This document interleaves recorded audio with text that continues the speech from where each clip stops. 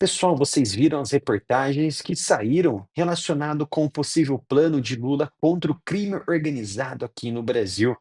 E parece que essas informações divulgadas ou vazadas para as grandes mídias, e exclusivamente para uma grande mídia aqui no país, vale notar que esse combate ao crime organizado, ele está agora nesse momento como foco do tema principal da presidência isso por aspectos, interessantes. Vou citar aqui 2 principais: a política externa e, é claro, as eleições do país. Então vou falar disso, sobre os aspectos que levaram a este plano e as possíveis pautas, informações e conteúdos desse plano contra o crime organizado, aqui neste vídeo. Para quem não me conhece, sou Felipe Moretti e faço análises relacionadas à geopolítica com abordagens militares.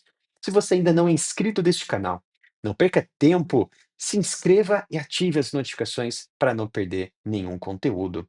Muitos estão questionando por que o governo brasileiro decidiu lançar esse plano de combate ao crime organizado, principalmente agora, neste ano, um ano tão importante que deve aqui tratar sobre o próximo presidente do Brasil. Ou vai ficar o Lula ou vai vir outro presidente. Antes de mais nada, eu já quero deixar bem claro aqui que este canal, este vídeo nesse momento, não trata sobre políticas aqui do Brasil, não trata sobre eleições, pelo contrário, temos aqui o dever de tratar sobre questões geopolíticas e seus impactos nessas interações entre países. E nesta análise de hoje é exatamente isso.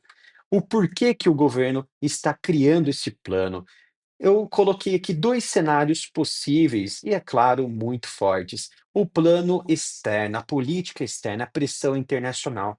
O governo brasileiro, ele tem sofrido severas pressões internacionais, principalmente dos americanos. Donald Trump, ele teve como campanha eleitoral alguns aspectos, os principais: o crime dentro do país relacionado com a entrada de imigrantes, a entrada de drogas, a entrada de contrabando no país, a questão da América Latina e também sobre a China. Outras questões de guerras nem vou, entrar neste mérito, mas o Donald Trump, ele sabe que o tráfico internacional, ele começa aqui na América Latina, em especial, Colômbia, o México, hã, a região do Brasil, que também faz ponte para a Europa, a lavagem de dinheiro que está acontecendo aqui no país, o contrabando de armas, inclusive armas que vêm lá dos Estados Unidos, entram na fronteira aqui do Brasil e muitas coisas estão acontecendo, principalmente as facções transnacionais que já estão operando dentro dos Estados Unidos.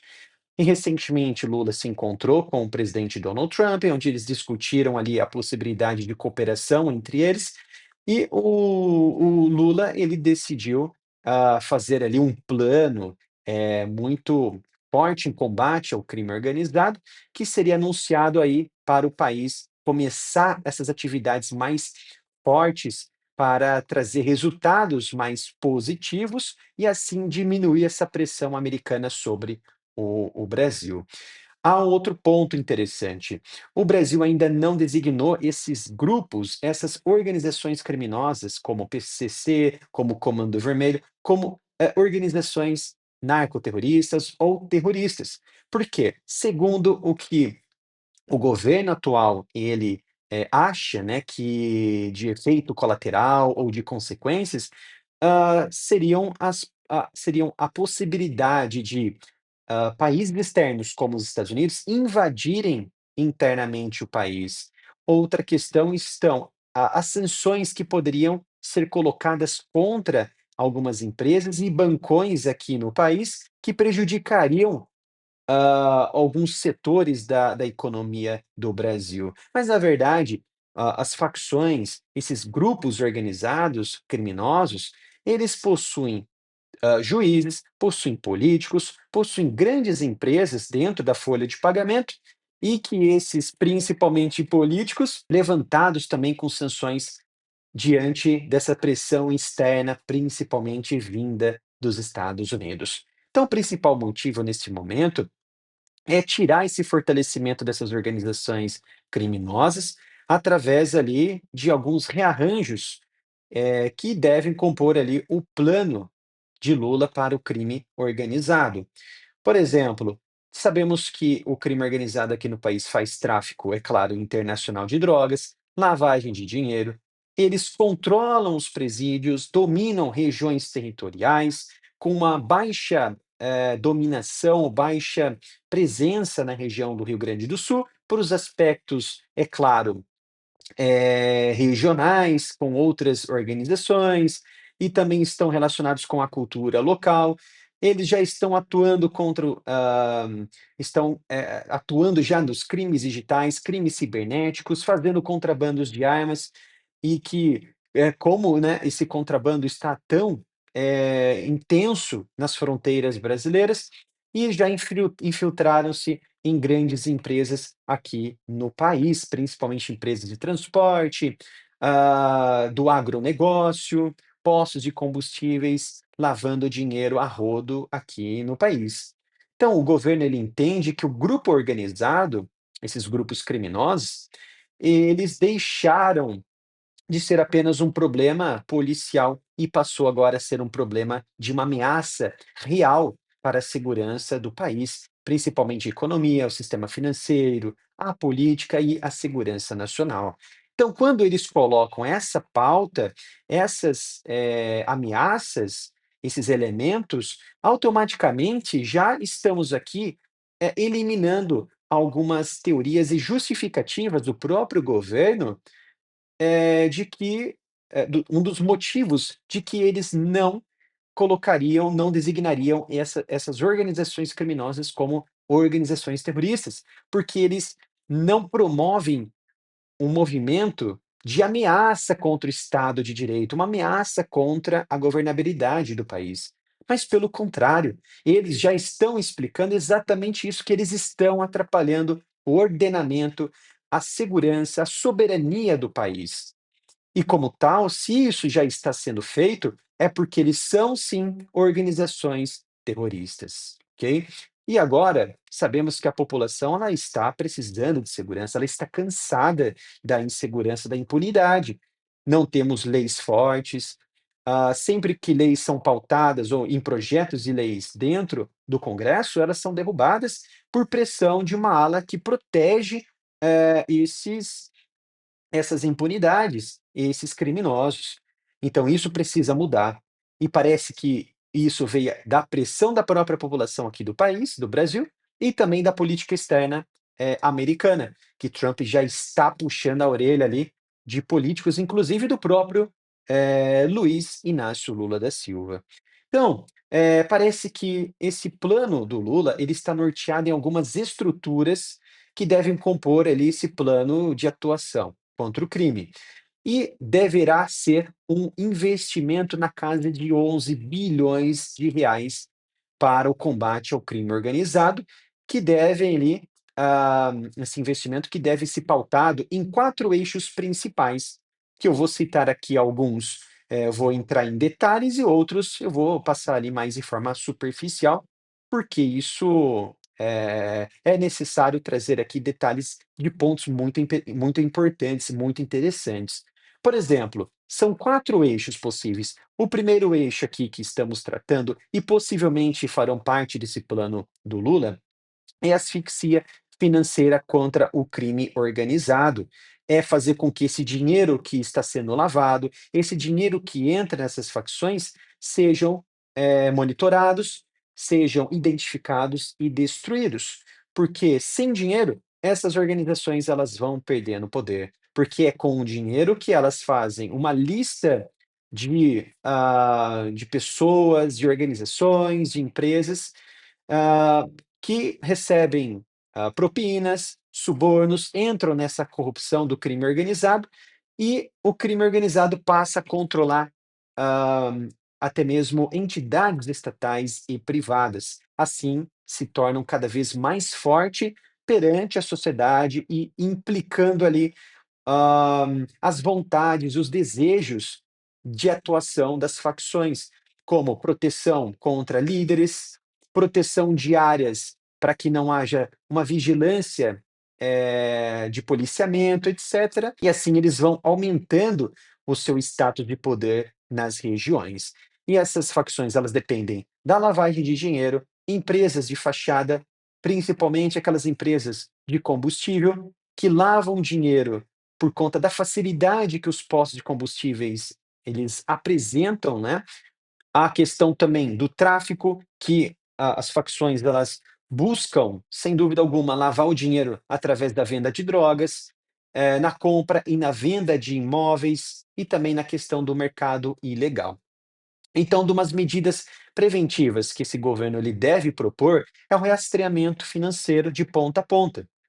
Há também a questão dos bloqueios de bens e levar ali a leilão do patrimônio apreendido desses traficantes, desses líderes, que não serão designados como organizações terroristas, mas sim líderes dessas facções, que muitas vezes eles continuam mandando nesses grupos, mesmo presos e até mesmo em prisões de segurança máxima. Aí que entra o eixo 2, que é a questão do sistema prisional mais seguro. Eles querem então bloquear essa proposta, possível proposta é bloquear o sistema prisional no país para ficarem o quê?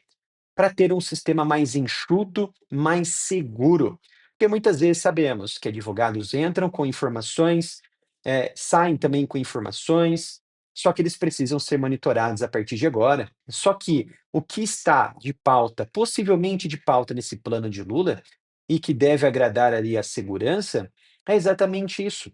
Eles combater esse recrutamento de presos que esses líderes fazem dentro do sistema prisional, reduzirem essas organizações de ataques, de motins, dessa desses movimentos que eles fazem dentro dos presídios e que comandam o tráfico, fora dos presídios e dentro dos presídios. Cortar as linhas e as comunicações de celulares, que eles ainda se comunicam com o mundo externo, e assim, outras medidas primordiais. Porém, isso não é suficiente. É preciso aumentar a segurança máxima, modernização relacionada com novas tecnologias, afastar ali o cliente e advogado para que sejam monitorados e separados, por, um sistema de blindagem, de vidro. Só que nesse plano de Lula que vai ser apresentado amanhã, na terça-feira, não temos menção, até o momento em que esse vídeo está sendo produzido, se as visitas íntimas também vão ser encerradas. Parece que não há nada no texto relacionado a isso. Mas há o que? Retirada de celulares e de armas, que deveriam ser algo hã, normal, que não deveriam existir dentro do presídio, a criação de um Centro Nacional de Inteligência Penal e o fortalecimento do monitoramento prisional, com um investimento aí na casa de 320 milhões de reais. E além dessa questão do sistema prisional, que é o eixo, né, do sistema prisional mais seguro, há um eixo 3 que está possivelmente nesse plano do Lula, que é o esclarecimento de homicídios, melhorar a identificação, melhorar as perícias, policiais relacionadas com as mortes suspeitas, mortes ali decorrentes de homicídios, execuções, a modernização dos IML, são outros ali investimentos importantes que também deixam ali o crime organizado mais, fragilizado. E por fim, o eixo 4 que chama muita atenção é o combate ao tráfico de armas, é reduzir o acesso dessas facções aos armamentos mais pesados que vêm ali de fronteiras. Mas pelo que eu estou observando, é que esse plano parece estar focado nas leis que permitem o controle e a posse e o porte de armas dos CACs, que os CACs são o quê? Legalizados. Eles passam por um crivo de, tanto perícia, técnica, mas também, com normas que eles passam do Exército e também da Polícia Federal. Mesmo assim, ainda estão focados nos CACs, meio que tentar ali fazer com que eles fiquem mais fragilizados a ponto de, enrijecer a legislação e a burocracia para você possuir ou tirar até mesmo, o porte e o posse de arma de fogo aqui no Brasil.